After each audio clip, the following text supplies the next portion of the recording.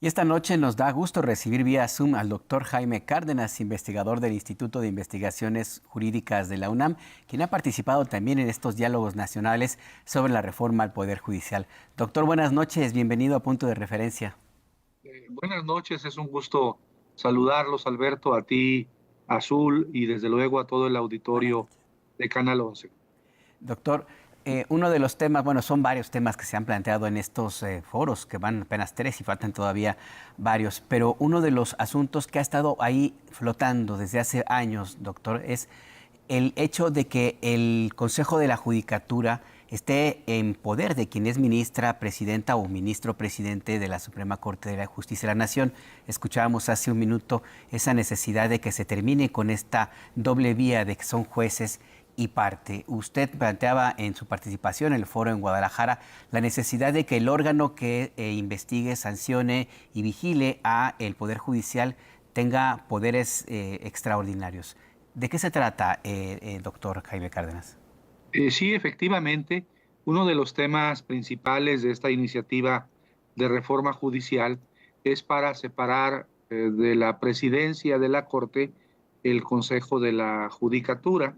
Ha habido intentos, por ejemplo, en la Constitución de la Ciudad de México de 2017, se separó el Consejo de la Judicatura de la presidencia del Tribunal Superior de Justicia, pero los magistrados del Tribunal Superior de Justicia de la Ciudad de México recurrieron a la Corte a través de una controversia constitucional, y la Corte mantuvo esa dependencia.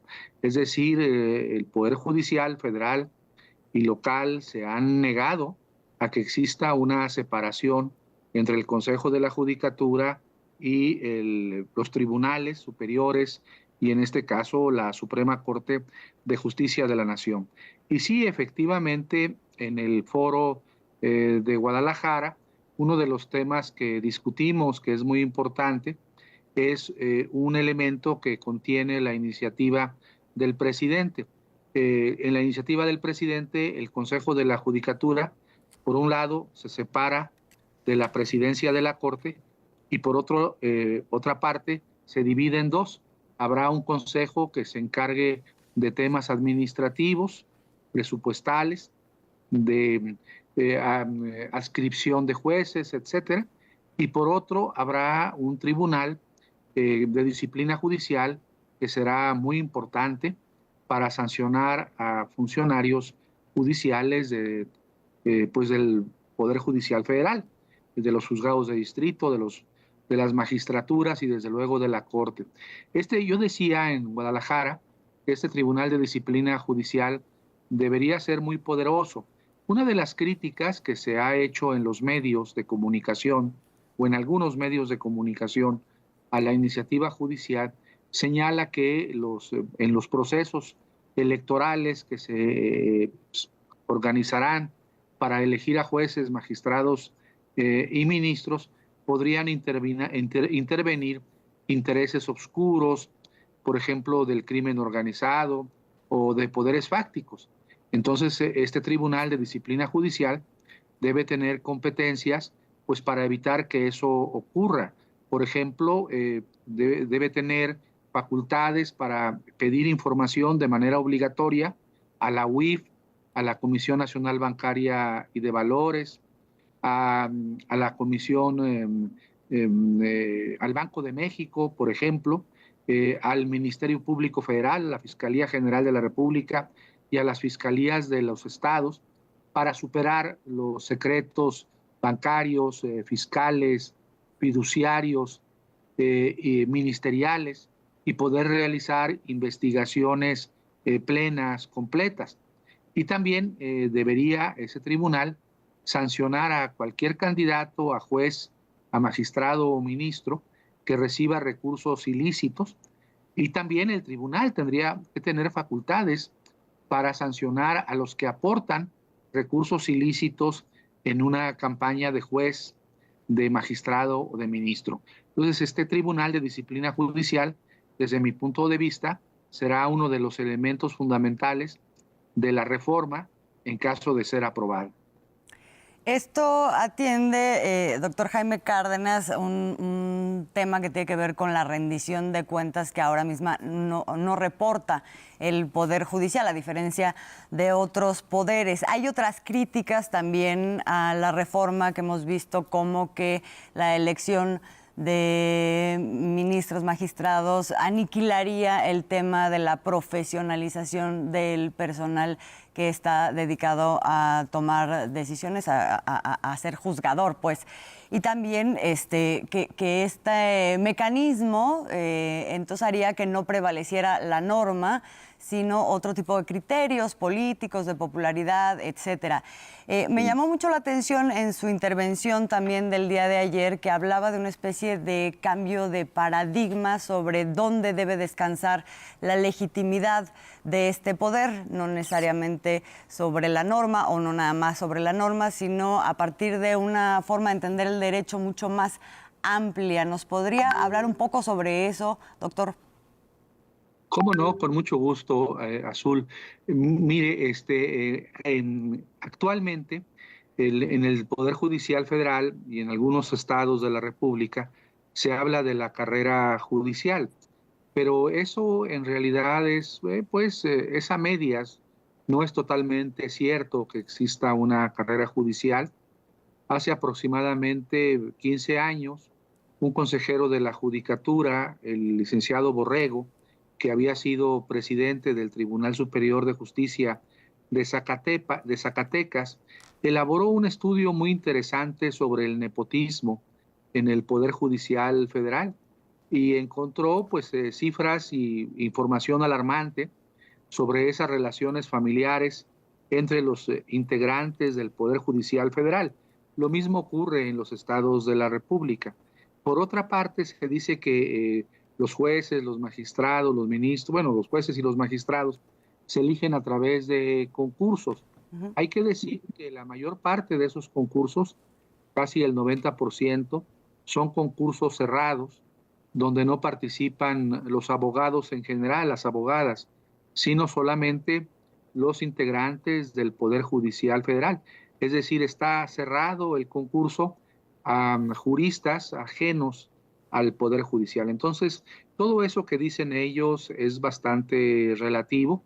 Y yo creo que la iniciativa pasada niega la idea de carrera judicial, la idea de idoneidad para que lleguen ministros, magistrados y jueces por vía del voto popular, bien formados al Poder Judicial, tanto federal y en su momento a los poderes judiciales de los estados. Y en lo otro que usted me pregunta, que es algo realmente muy interesante, parte de esos argumentos pretendidamente cientificistas que dicen, no, es que con la elección popular llegará cualquier persona, no van a conocer el derecho, no lo saben, etcétera. Hay que decir que no, el monopolio del derecho no le corresponde ni a los jueces, ni le corresponde a los legisladores, ni al Ejecutivo. El derecho es un instrumento de convivencia que corresponde, que es de todas las personas, que es de todos los ciudadanos, ciudadanas. No tienen el monopolio del derecho, del conocimiento del derecho, o no debería ser así, aunque a veces algunos de ellos lo piensan así.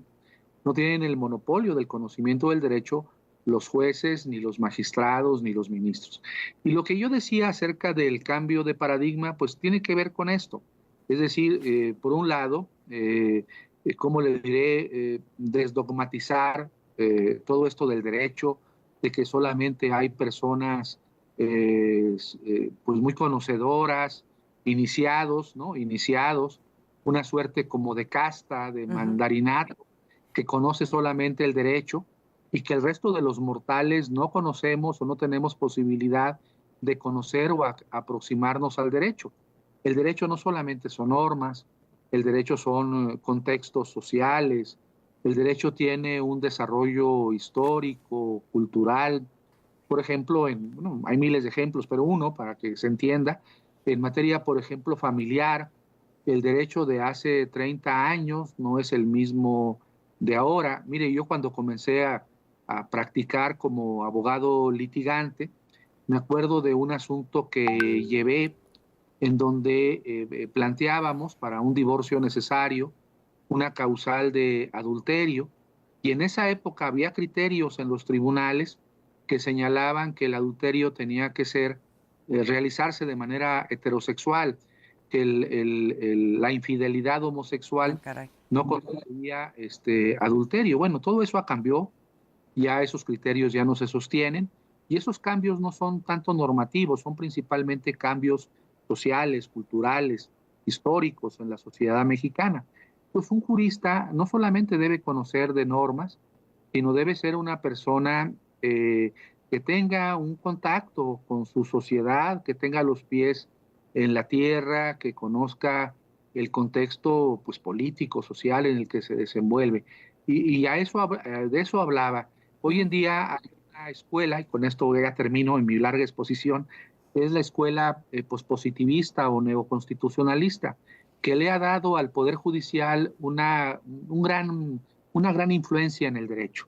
Esa escuela considera que los jueces están por encima de los legisladores, del Poder Ejecutivo, que ellos tienen la facultad, la posibilidad de definir en última instancia lo que es el derecho, hasta dónde llegan los derechos humanos, qué alcance tienen, qué profundidad, los principios democráticos, los principios constitucionales de la parte orgánica, qué naturaleza tienen. Bueno, todo eso ahora está en cuestión.